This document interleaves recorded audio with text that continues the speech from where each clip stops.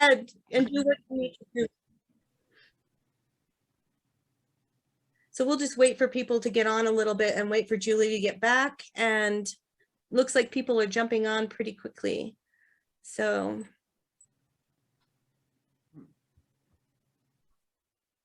Hello, everybody. For those people who have already jumped on, we're waiting a few minutes. Julie went to get something to put in her background, and we'll let the rest of the folks jump on before we get officially started. And we want to welcome you to Millicent Unplugged, and thank you for joining us this evening. So there's a hi from Mickey in Atlanta, Georgia. Hi, Mickey. Hello, Mickey. Go ahead and feel free to chat in and say hello. Say where you're from. That's great. Oh, Colorado, Linda. Hello. Oh, Linda is one of our most wonderful people. She is an author and a food person of what we would call farm to table, but garden to her table. And I'm waiting for an invitation to dinner, but I haven't gotten it yet. So let's see, we're going to give it just a couple more minutes as people continue to jump on. And I will just kind of ease into the introduction. So folks, again, thanks for joining us. Before we get started, I do want to say that at the Millicent Rogers Museum, we are located on the land of Indigenous peoples known today as the Taos Pueblo Red Willow Nation.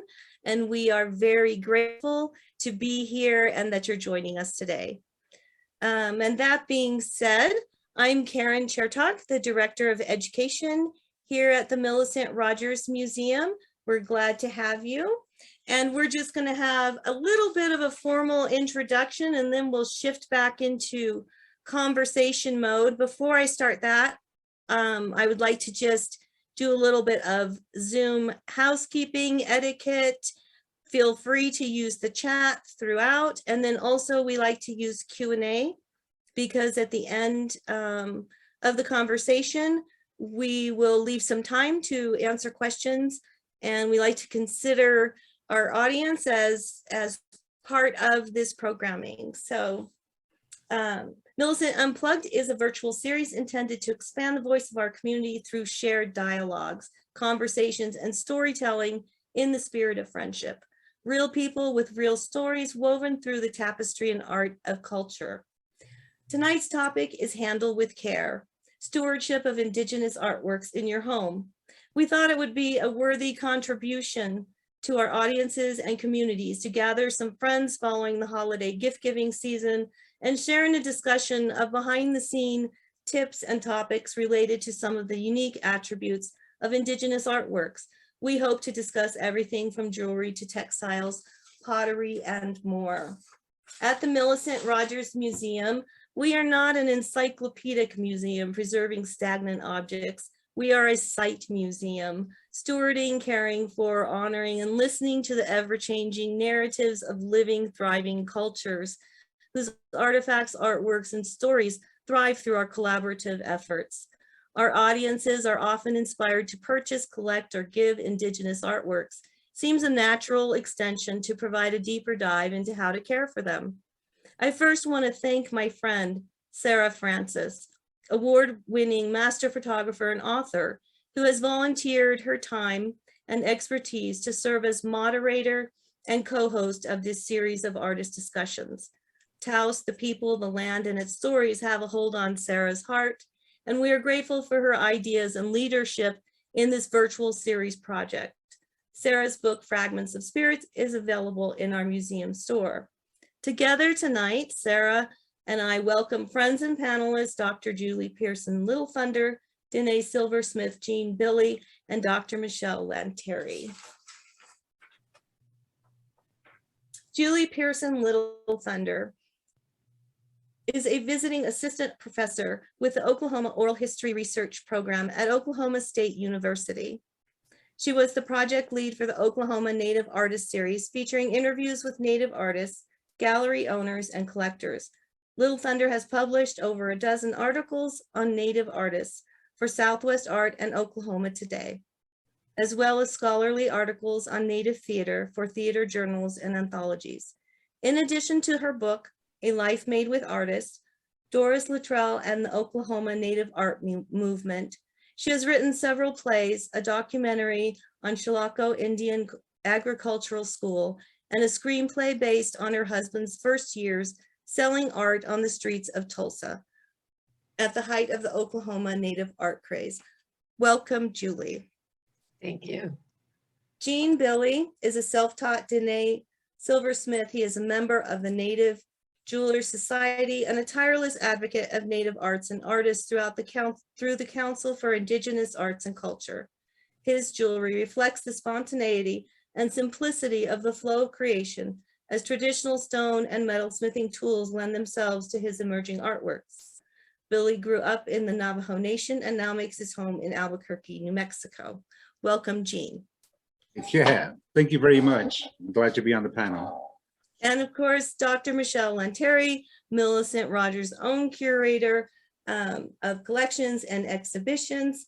She earned her PhD in Native American art history at the University of Oklahoma and master's degree in art history and museum studies at New Mexico State University. Michelle has served in curatorial roles at the Cow Sharp Historic Site, Fred Jones Jr. Museum of Art at the University of Oklahoma, Institute of American Indian Arts, University Museum and University Art Gallery at New Mexico State University, and Green Hill Center for North Carolina Art. She is also a contributor to First American Art magazine. So welcome, everybody. And Sarah, do you want to get us rolling? I do. This is really an exciting place to start, and we must stipulate that what we're discussing today is only a fraction of what it is wonderful in the arts of our loosely Western Four Corners area. So please remember that we don't set a topic and then say, oh, well, who can talk to the topic? We find wonderful people and then we say, okay, they have stories, they have narratives. Julie knows about that, certainly. And then we want to create a conversation. So we're really talking about, yes, Native American things, because of course our northern New Mexico area, this is a part of our daily lives, our daily culture, and is very much so Hispanic art and all kinds of other things. I mean, we have fashion and Russian things, and but that's past the scope of what we are doing today. And so we want to say that yes, while we're sort of talking about Native American arts, it's equally applicable to any artwork. Care and consideration of things of great beauty and value in your home. That's where we want to go. We're not talking so much tonight about antique art or the legalities and the ethics of collecting old works. That's not part of our scope, and our own Rick Romancito has suggested that that might be something for a discussion for the future. And so we send a shout out to Rick at Taos News for his input and a wonderful article he wrote today concerning our topic, and a pretty big interview with Michelle. First class article. So if you haven't read the news today, get a copy and see what he has written, because it's most applicable. So with all of that to start on, Michelle, by rights, you should kind of lead off and tell us about, give us an overview, tell us where you're coming from in care and consideration of arts. Oh, sure. Great. Thanks so much, Sarah and Karen, and really excited to be here with everybody today. And I also wanted to honor the Tiwa peoples on whose land we stand. Really honored to be able to be part of this program. So, you know, I'm coming from a collection here at the Millicent Rogers Museum, where, two of our largest categories are native pottery of the Southwest, and then also native jewelry of the Southwest. So, thinking about a lot of different materials being stored in the same spaces kind of at once. And that's a big deal, right? So you can kind of start to think about, the rest of the collection and relate it to, maybe your own collection at home. The collection here also includes native basketry. We have amazing Hopi kachinas too, and cottonwood root. Lots of textiles, lots of Dene textiles and wool. So, you're really thinking about a single space, that houses a lot of different materials at once, and trying to find, kind of an even playing field for all of those artworks and objects to exist, cooperatively together, and also, with your input and with your space. So one of the main things, just to kind of start us off, one of the main things is stability, right? So, you really want to think about where your artworks are placed in your home, and just think about, does the temperature change often in there? Does the humidity change often? And really think about the spaces in your home that are the most stable. Ideally, you could keep your artworks at, somewhere around 68 degrees is kind of the industry standard, plus or minus 2 degrees Fahrenheit. And about 40% humidity, relative humidity, is ideal for your artwork. So, just kind of think about how everybody's playing together, and think about those artworks as living beings, because they're really coming from all these different places. And so, as Rick mentioned in his article, there's a level of respect that's also extremely important. It's a very good point. Can I ask you, because I love pottery, and not just useful pottery, but things that are just too precious that you want to look at. But the other problem with pottery is you want to put your hands on it. And I have heard a number of experts, museum people, always put on gloves. Now, when we're handling photographs of an antique matter or even fine things, we always wear white gloves. What do you do with the pottery? Yeah, thanks, Sarah. Yeah, that's a great question. I was just going to encourage, touch your pottery, touch it a lot. Seriously. It's great stuff, and that's the best way to get to know it is handling it, honestly. So with your own collection at home, with your pottery, I would recommend a clean hands approach. So, you want to wash your hands well, and dry them well to make sure, especially that you dry them well. And then go and, go to pick up your pottery and move it where you want. One approach that I have to carrying pottery is you want to act like you're hugging it, and you want to give it that hug. Right? And the pottery is really fun because it's so much like the body, right? You just you've got the waist, you've got the neck, the foot. So you're just kind of keeping all that in mind. And with pottery, it's really resilient. They're built that way, very, very, very resilient. Although, it's important to note that some pottery, of course, is built for storage, might be watertight, where, a lot of pottery that you buy that's more for art purposes won't be watertight. So, just kind of think about, what you're using it for. But yeah, I'd say practice makes perfect with, carrying your pottery. So it's good to just go ahead and get used to it. So if you need to move it, you know exactly what to do. It's a good point. And you also want to have it on a shelf where, shall we say, if there is a modest tremor, not unknown in our Western, it doesn't go migrating off the shelf. That can be a certain difficulty. And one thing that we do is sometimes I'll bring out a piece and I want to set it on one of our counters to just to admire that one for a particular week, and then I'll change it out. And I'll generally put a felt or something down so that not only does it not scratch the counter, but that also helps to hold the piece more securely in where it's being displayed. I'm Yeah. noticing, oops, sorry, Michelle. I'm noticing in the comments that Rick is commenting that Taos Pueblo pottery is utilitarian and begs to be handled. And I think that's interesting because we did, the December show was on food and utilitarian pottery. And so, yes, that's true. And there's a whole different way to take care of that. In fact, we were talking with Sheldon Nunez Velarde, and he actually showed us about cooking. So you season the micaceous pottery, and there's certainly differentiation between that and how you would care for you know, fine pottery that you purchase for decoration. But Sheldon was very funny because he said, well, and this came up, what if it breaks? What if you're making, you know, your pot of beans? And Sheldon's like, I'll make you another one. You know, so it's a much different approach to it.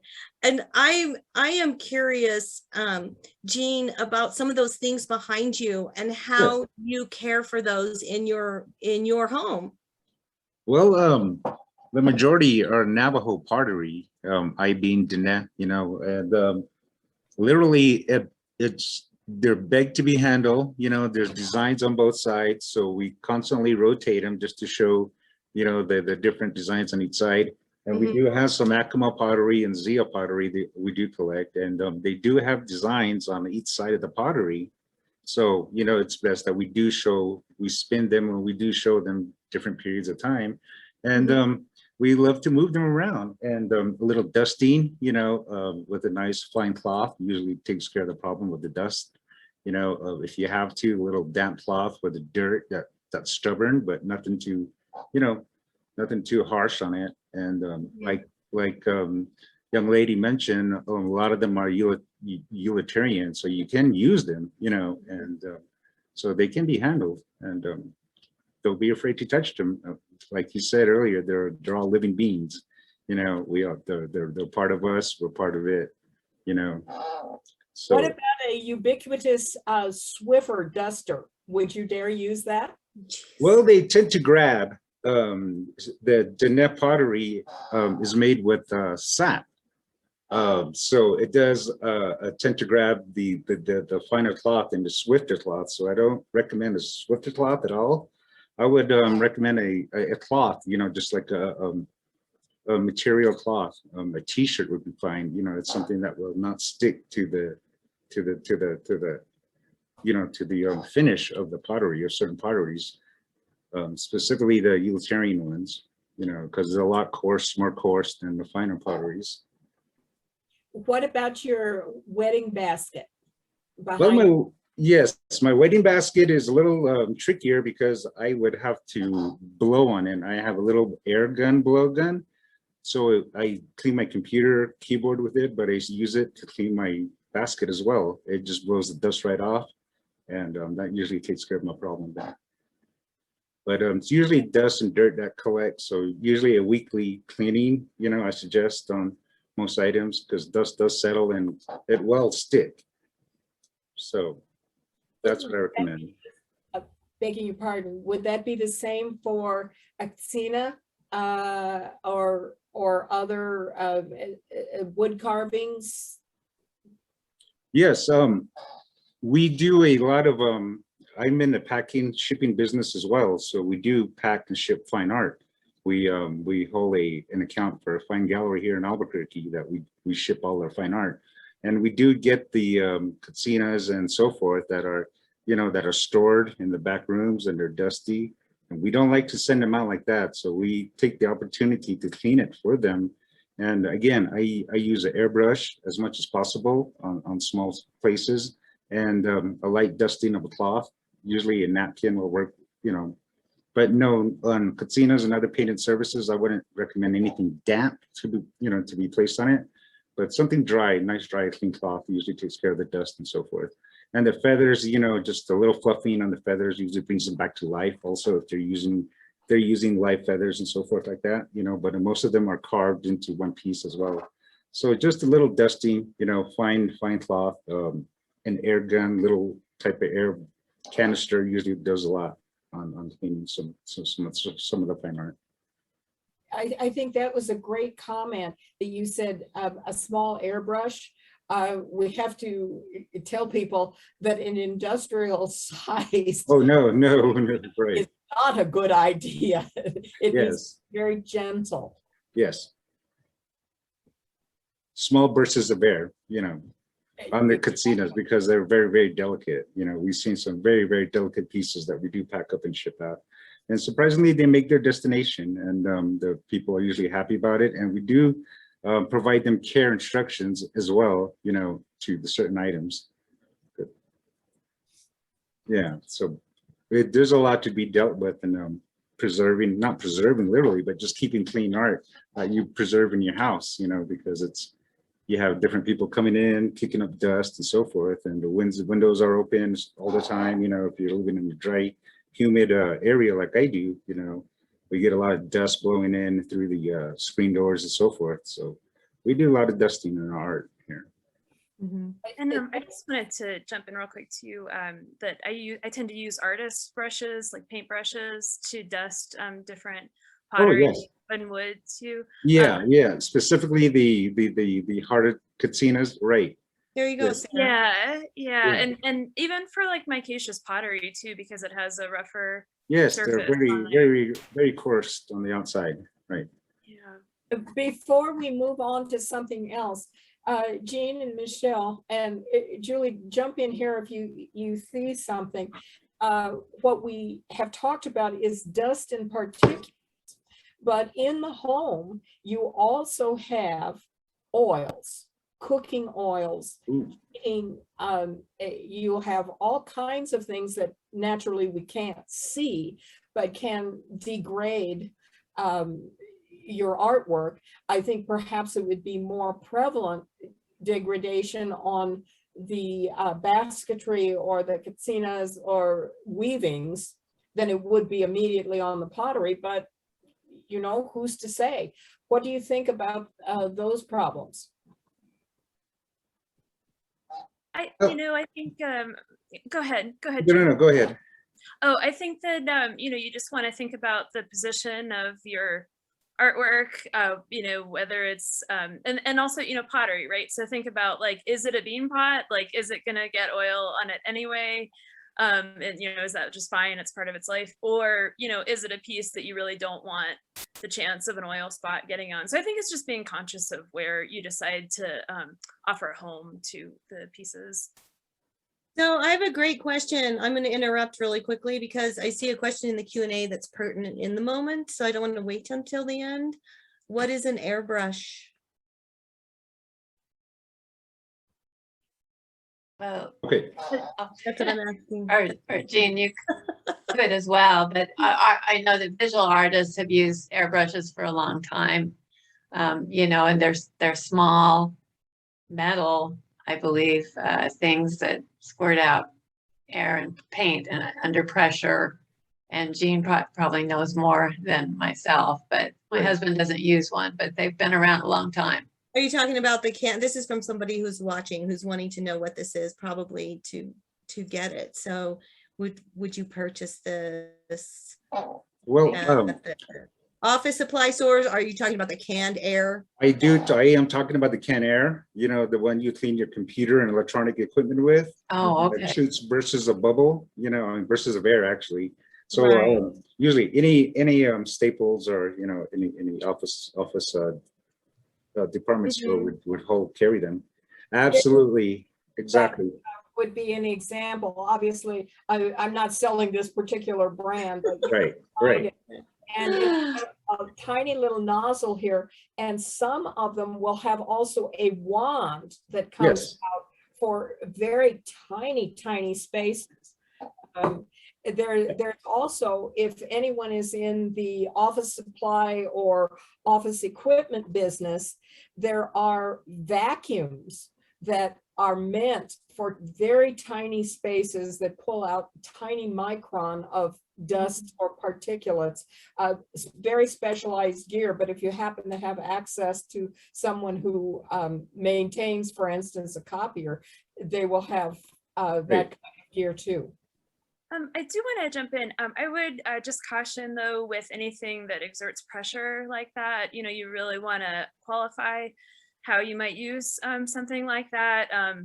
You know, the Kachina dolls, for instance, have a lot of really cool details. You know, they're usually holding something, or they usually have, you know, either wood carved feathers or feathers from a bird, you know, on them. So you know, I would just caution any use of canned air or a vacuum, you know, and kind of really consider what materials you're working with. In fact, I think I would actually just recommend like starting with a brush or like a feather duster first and see if that gets you where you need to go. And then kind of, you know, decide if you need something more, but do take some good caution with that.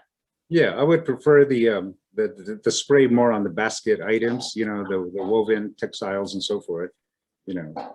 But anything like Katinas, you're right, it's very delicate, and I normally use them just on the base where they're, you know, where the dust really collects and so forth like that. But the more delicate parts, you know, they're taken care of with other part, you know, like paintbrushes and stuff like that. That's a good idea for the base. Thanks, Jean. Right. And we do have an awful lot of dust in our dry Southwest environment, don't we? Yes. We have some questions about additional pottery things but I want to shout out Julie and her wonderful new book about a long time now deceased advocate for Native American arts in Oklahoma, Doris Littrell. And won't you tell us, Julie, a little bit about your acquaintanceship with this very fine lady?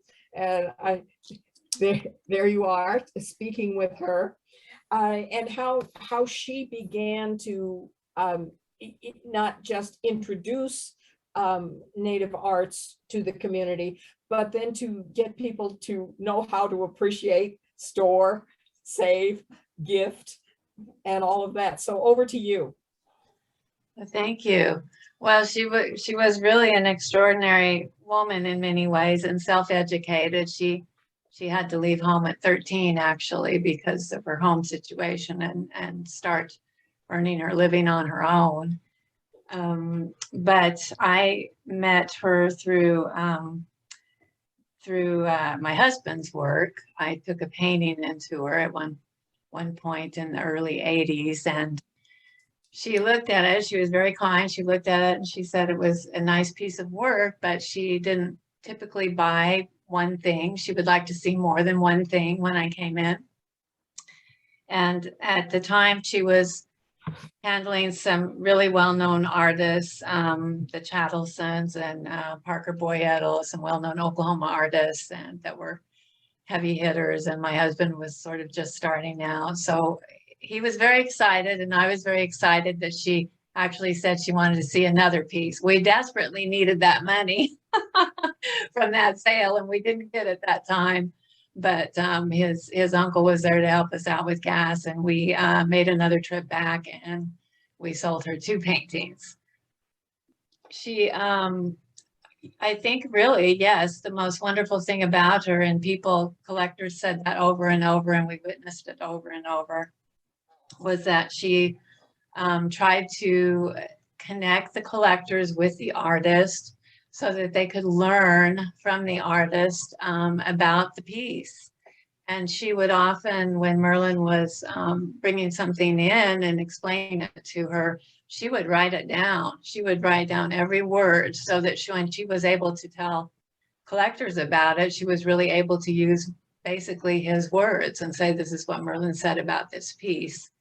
And she learned a lot about Native art in the process of selling it, and people became as interested in just coming in and talking about the work as they were in really purchasing it or acquiring it. She was a natural born educator, I think.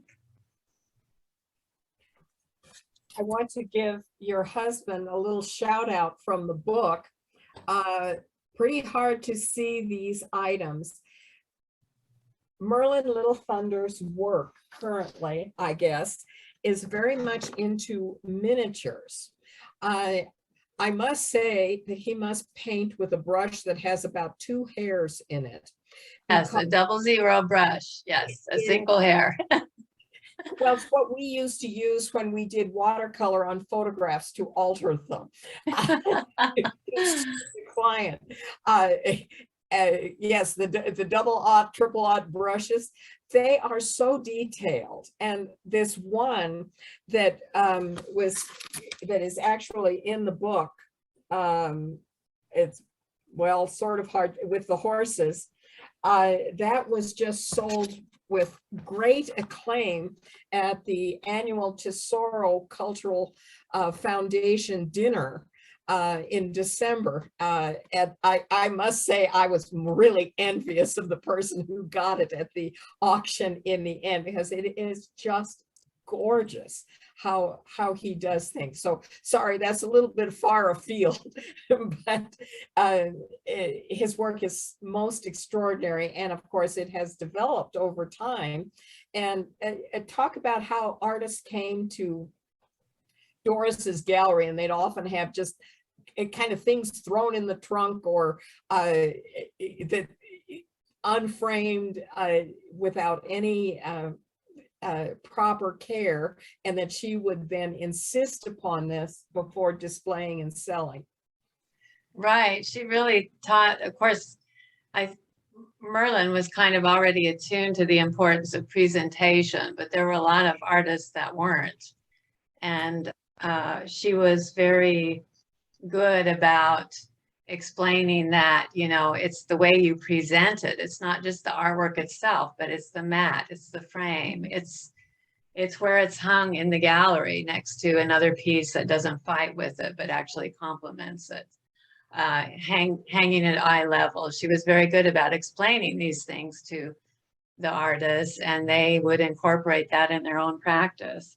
For us, she just made a huge difference, because she was willing to help us raise our prices. That's not the status quo, I don't think, in the gallery business. And when she had a particular piece that she could have sold to 5 different people, she would say, you know, Merlin, I think you really ought to be raising your prices a little bit. And this is what we're going to do. We're going to do increments of $50 or whatever. And we're talking, you know, she gets her percentage, 40%. So it wasn't quite all the 50, but through her, he was really able to finally, for the first time, make sort of a livable wage with his artwork. And when things were not selling, she would still buy as much as she could, and she'd store it and bring it out, you know, later on if she had a lot of pieces. But she was just aware of the struggle, you know, the many, many hours that it takes to produce a painting, and the labor of love that it is. And she just tried to support that in every way she could. And she wanted her artists to make a living wage. She said that over and over. And when people tried to bargain with her, she would say that to them. They need to make a living wage just like you do. That's wonderful. Building on your thought about the presentation and how you expressed that, I want to call people's attention to Gene's display of his own collection behind him, and how lovely this is to highlight each and every piece. And yet he can turn around and, as he said, handle the pottery and enjoy it on a daily basis. It's not hidden away. It's something that you want to use. And Gene, if I could, you know, talk to me about that, but also then talk about, we haven't talked about jewelry yet. And of course, jewelry is a big deal, especially for us girls. And we want to know about your art and what you recommend for care of the fine work that you do. Well, I'm basically a metalsmith. I've dabbled with gold and my primary is sterling silver that I'm working with right now. And I do use a lot of natural high grade material, turquoise and, you know, the finest gemstones I can get my hands on, you know, to perpetrate and to literally describe my art of what I'm creating. And I do create spontaneously. So most of the time I have a general idea of what I'm going to make. And I never sketch because everything I start creating doesn't look like what I sketched. You know, it just changes directions as the day goes on. So every day is a new day for me in the studio. And that's what I like best. And I don't have a style. I don't like to say I have a style because my style is, I guess, contemporary. I don't know. I've been called contemporary, but I still like to call myself an old stylist because of my techniques I use. I don't have the power tools and so forth that a lot of jewelers use to create their creations. But I try to utilize the historical parts of the Diné culture that created jewelry back in the early 1900s. So you go in my studio, you'll see an old railroad anvil and old hammers that my dad had used before that I'm still using. My torches, my father-in-law's torch that he used during the 50s and 60s, and I'm still using. So I preserve those and I cherish them, and that's how I cherish my art, and that's how I cherish the art I collect as well. You know, it's just a deep appreciation what you're going to buy. And in terms for jewelry and the stuff I collect, I mean, I create, jewelry is in a kind of a different category for me because it's literally an investment in material. You know, gold and silver are literally on the market on a daily basis. So that's a living thing there as well, you know, so you're investing in precious metal. And a lot of us use natural materials in turquoise. And it's important to know that about 10% of turquoise is literally natural, and about arguably, I can't say the word, but you know, there's arguments about it 90% being treated by man or stabilization and so forth. So 10% is where the price range difference. You know, if you're going to invest in Native American jewelry and you're wondering why is this piece so outrageous? Chances are it's all made of natural material because there's only small rarities that are left. And like I said, the metal's on a rising, it's always rising on the market. And so you're buying literally an investment. So protect your investment. I recommend, you know, storing it in a nice dry place. You know, a lot of people like to store it in velvet cloths or, you know, something like that, and some fine flannel and so forth like that. You know, something that will keep the dust and oils, like you mentioned, off of it.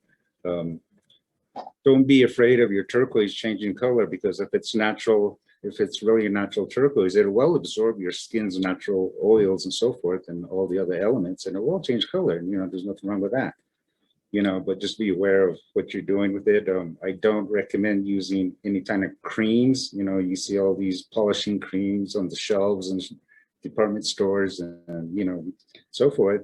I do not recommend using any kind of creams on any of the stones, coral specifically, because it was a live living being at one point, you know, and it doesn't handle chemicals too well. So it will discolor stuff like coral and other natural material you use in jewelry. So I recommend just literally a fine polishing cloth with nothing added on there, you know, and just a little bit of elbow grease, and you're good to go. If you do this regularly, you know, you'll keep your jewelry nice and clean. But if dirt tends to get stubborn in between the spaces and you really need to get it out, I recommend, you know, nice warm water with a fine toothbrush, really soft toothbrush, and maybe a dab, just a really dab of mild detergent, dishwashing detergent, and usually cleans the silver right off, you know, and but no chemicals whatsoever. Store it in a nice dry area with, you know, nice flannel or clean material just to keep the dust off of it. You know, it's your investment, you know, wear it proudly. You know, we like to bring out our turquoise. They say certain artists bring out all our turquoise at full moon because we want to regenerate the energy that we're going to pass on to our customers. You know, we want to share our creations, the energy and so forth. So, you know, it's not only you wearing an adornment, you're wearing part of our, you know, our blood, sweat, and tears as well, you know, in our culture. You know, there's a lot of culture in Native American jewelry. And, you know, it's, go ahead. I was just gonna say that's such good insights on that, and just thinking about like if you're, you know, you need to wash some dishes or you need to like do some cleaning around your house or things like that, you know, just make sure that you're taking off your jewelry. Like just remember that you have this, you know, item that you're wearing that is going to react to any Right. other materials. So yeah, just kind of always take that extra step to just take off your rings if you're getting ready to do some stuff with your hands, you know. But always remember to recollect your jewelry you take off, because I've seen a lot of jewelry left around the dishwasher. Well, Jean, I don't know whether I liked your advice, because doing the pearls with a jewelry cloth, this takes a lot of careful work. Right. In all the little interstices. And but I did have one question. These are not old, but they're probably 35 years. Do you pretty much let the silver take on a patina of age? Is that proper? Absolutely, absolutely. I recommend patina. You know, natural aging of the metal. Patina is always a plus in my book. You know, a lot of people prefer the nice silver, shiny, so they get it repolished and so forth. You know, but in order to determine the age, like you said, it's about 35 years old. If you want to appreciate it for that time and era when it was created, and you know, recognizes the artist at that point also, you know, I would let it patina, you know, and gracefully with a, you know, it's there's a difference between patina and tarnish, and a lot of people don't understand that. Tarnish is literally just dirt on metal, and that can be cleaned off. Patina is embedded into the metal, and that's what, you know, brings up, it's the copper reaction in the metal that brings out that patina. But a lot of people like to take it off as well, you know, and you can do that with polishing techniques, and probably some creams will take it right off also, but I don't recommend that. And there's one other thing too, is that like, I'm just gonna roll with the washing the dishes thing, because it seems like it's just all the time, right? So if you decide like, oh, I'm gonna put on some rubber gloves over my jewelry, don't do that, because the rubber can actually cause tarnishing on your silver. So you want materials like cotton that would touch your silver. That's great. Thank you. Julie, we're coming close to the end of our major time here, and I wanted to ask you, in your profession, gathering narratives and all, do you find that there are things from the sources that you gather that talk about the display, talk about the care, talk about the gifting? What about things like at the regalia for powwow that are often handed down generation to generation to care for them? What do you think about those topics? Powwow dress, are you asking? And anything that would be handed down, or I'm just thinking as you collect narratives and are talking to people, is there any insight we might take advantage of? Well, I think it's sort of what everyone's been echoing here, which is that we really believe that these beautiful things that are passed down are meant to be enjoyed and used as much as possible, and that's where the value comes, because they are alive, and they are a product of love and prayer, and so we want to have that contact with them, and we're not really thinking, you know, long term, is this going to, because the value of it is in the wearing and the using and the incorporating it in your daily life, and that's what they were meant for. The artists mean for that to happen. So. Absolutely. Yeah, and there's a couple things we haven't touched on yet, and since we're kind of getting close to the top of the hour, you know, with that love and that prayer, you know, the colors are really deliberate in these objects and these artworks, you know, and the materials used are really deliberate. And you know, Julie, when you're talking about paintings earlier, I just was thinking too, you know, you buy a painting from, you know, an emerging artist and then see, you know, what they're doing, you know, 15 years later. And so important to, you know, take good care of this painting. So, you know, with your framing, when you take an artwork to go be framed, you know, you always want to ask for acid-free materials to be on that paper, to be around it. That's really important just to, you know, preserve any works on paper, especially, and, you know, photography, of course, too.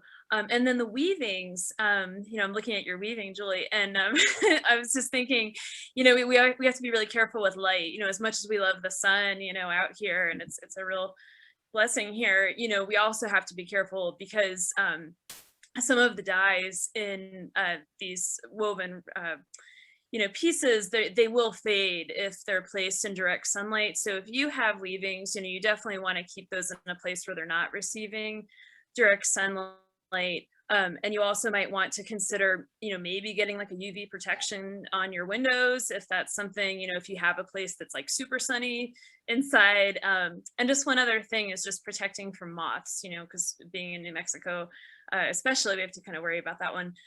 So with the weavings, you know, if you're hanging them on the wall, you can kind of create a space behind them. So maybe like an inch or two of space behind them to allow, so here's where we kind of use the light.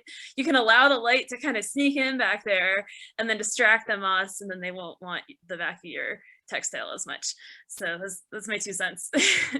Thank you, Michelle, for your Perfect.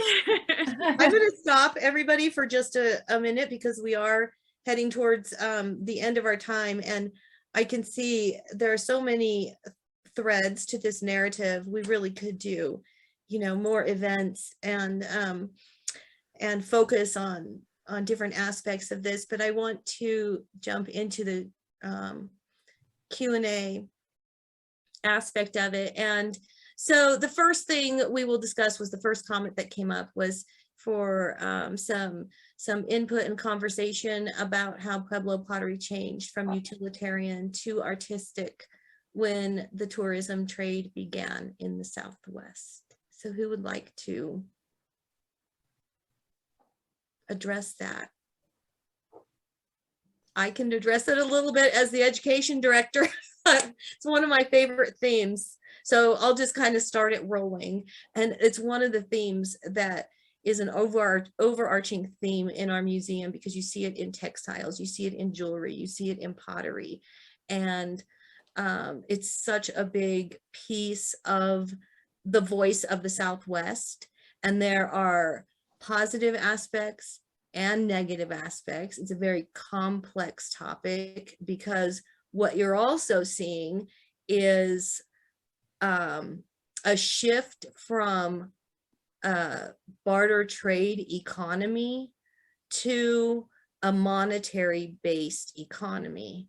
And that's a really large sort of anthropological cultural subject to look at in the scope of our country, you know, to be able to have evidence of that visually and see that just really provides for depth of conversation. But I think you see with the pottery aspect, we probably saw changes in designs. We didn't really, at least from what I can see in the galleries, see change in color, which I'm really sort of proud of. It's like right on, you know, you see the polychrome and it's polychrome and it's polychrome and it's polychrome. So no, we didn't change like with some of the textiles, you saw the aniline dyes. So anybody else have any input on it? Yeah, thanks. Those are really good insights, Karen. So yeah, you know, especially with pottery, Pueblo pottery, you know, before the tourist trade of the late 1800s, you know, 1880s, right? So we're talking about when the Santa Fe Railway comes through New Mexico, and you've got a lot of, you know, the kind of domestic import and export, if you will. And so with that, there's this new need, right, for pottery to change. And so, you know, women at the Pueblos are really leading this effort to, you know, see what they can do with their pottery creations. And so, you know, shifting from mostly utilitarian or ceremonial uses for the pottery, then they're making pottery that's for sale, and you know, kind of, you know, thinking of what you know, people new to the area might want, you know, in this exchange, difference, you know, kind of in feelings and conversation, meetings. But one of the main differences would be that the pottery made pre, you know, tourist trade of the 1880s, you know, more of it would be designed for cooking, more of it would be built as watertight, where once the tourist trade and after the tourist trade begins, the things that are sold through it are design based and more an art objects, you know, meant to be looked at and held, but not used for water or food. I think size sometimes has something to do with it. We often see these tiny, beautiful little decorative pots, which could have had probably, I can't imagine what use there might have been pre-tourist trade. One thing that came up at the Tesoro auction was a tiny black series pot that had a flower on one side, a butterfly, and then I think it was a hummingbird on the other. And it was one of those that you just wanted to pick it up, and of course not totally polite in public like that. But I would think that would be one way that there would be differences.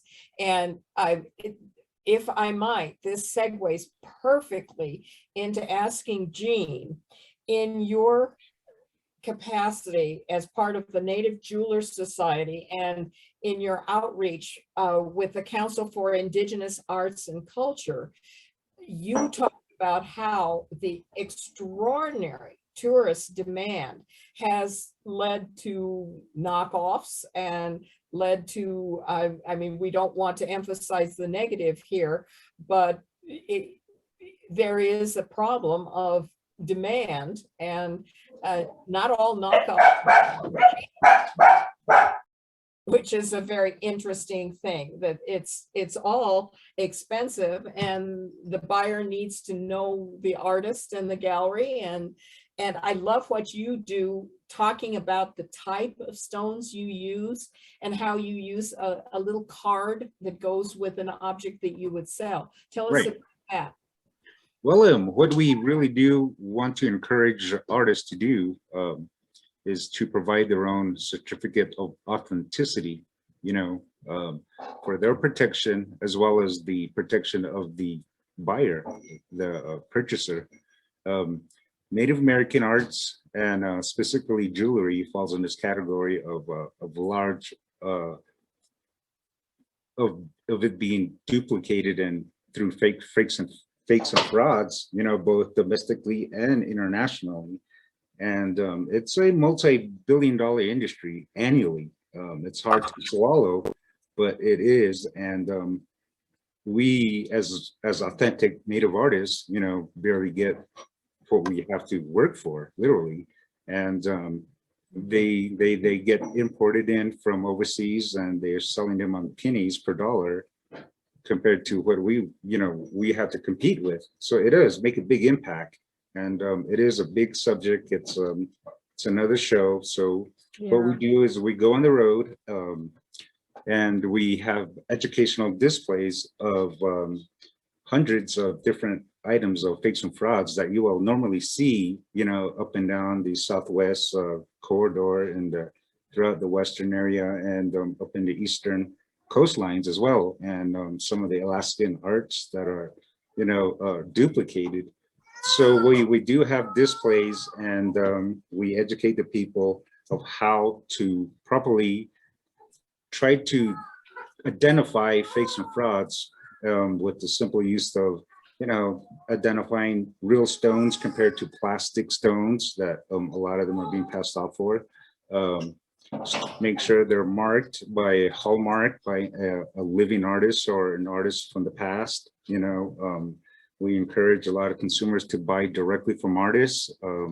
You know, support the living artists as much as possible, and specifically in this time and age, with the rising of the pandemic. You know, we're limited to live shows, to where a lot of us, we did make our living doing live shows, and we do like 6 shows a year. You know, that would sustain our livelihood for the year. But now we're battling the pandemic, and we're limiting our travels, and so we're depending more on the internet. And as this continues, we try to compete on the internet with all the fakes and frauds that are happening as well. So, you know, eBay is a good source of fakes and frauds. Este is a really good source of fakes and frauds. And, you know, other social medias, a lot of people are just popping up left and right now selling Native American jewelry. So it's your responsibility to protect your own self and ask for a certificate of authenticity when you can. Ask for disclosure, you know, by law. It is, we are required by law, the Indian Arts and Crafts Law of 1990, to properly disclose our creations in order to be considered Native American art. If they cannot prove proper disclosure, then it's not considered Native American art. So please protect yourself and ask a lot of questions. And that's what I recommend, you know. And it's an uphill battle for us artists as jewelers and so forth, a lot of other arts, you know. And but we do our best to educate the public, and we try to get our voice out there. We do have a page on Facebook, Indigenous Arts and Cultures. And we do have a Native Jeweler Society page on Facebook. And we do have a website. It's nativejewelersociety.com. And go ahead and look that up, and you'll find a list of respectable artists that we represent there. So we try to source out other information. If you're looking for a specific item, we'll source it out. We'll point you in the right direction as well. Jean, could I ask you, somebody has asked in the Q&A, where can people see your jewelry or buy your jewelry or find Well, my personal jewelry, I'm on, like I said, you'll see a few pieces on nativejewelersociety.com. Okay. Look under artists, click on artists, and you'll have a list of artists. I'll be listed there along with other artists. And I also have a page on Facebook and Instagram. Like I said, a lot of us are turning to social media in order to conduct our business and change our ways of making a living. So I do have a Facebook page there, and I do have my personal page, which I show all my art, and I do have a personal art page. It's called Unbound Designs by Jean Billy, and that's where you will see my art. And if you go to Facebook page, Native Jeweler Society, there's a source of art shows and other places that you will come and meet us artists, because a lot of us artists don't have galleries representations. You know, I personally don't have gallery representation because I personally have this issue with the split of a gallery and the artist split that they currently do, you know, and it's not in my standard. So I prefer doing live shows, and I prefer selling online. And that way I communicate directly with my buyers, and I can explain more to them what I'm selling, and what they can be part of, actually, you know. Yeah, so I'm on social media. I want to share, we've just got like a couple minutes. Julie, talk to us about something that you see in your own family, but you see with the other artists and the narratives. It's that spirit that comes from the artist to the person who purchases or views it, and how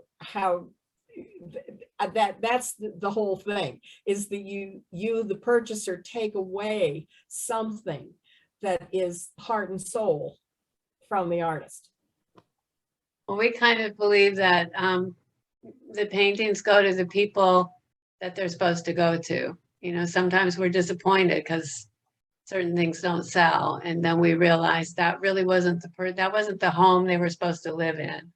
These artworks live in the homes of people who recognize, you know, their beauty and love them for what they bring to their lives. And people are transformed by art. They're transformed by beautiful jewelry, by weavings, by paintings. I mean, we feel fortunate that the people who collect Merlin's work and the other artists say the same thing. You know, they grow close to their collectors. They're friends, their family. You know, they've taken, yes, they've kind of adopted a member of your family, and they live with that artwork, and it enriches their lives.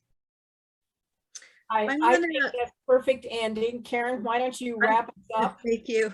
Yes, I'm going to wrap it up. I want to thank all of our panelists for taking their time to join us. And I hope that you'll come back and join us again, because I do think that there is further discussion to be had on this topic.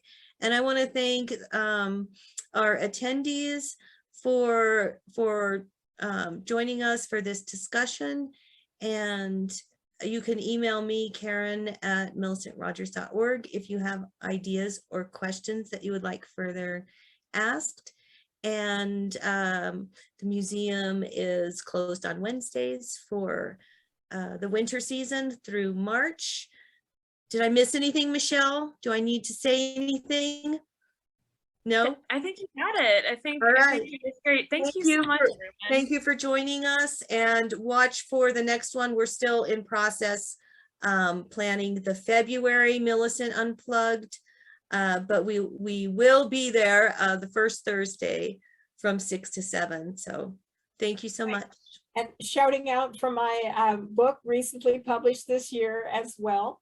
So a small thing, 60 years of photographic retrospective and memoir from the wonderful area we're talking about. So good night, everybody. Thank you. And thanks again, Rick. Next time you're going to be on the panel is what I'm thinking. So we'll be in touch. Bye. Bye, everyone. Bye, everyone. Bye, everybody.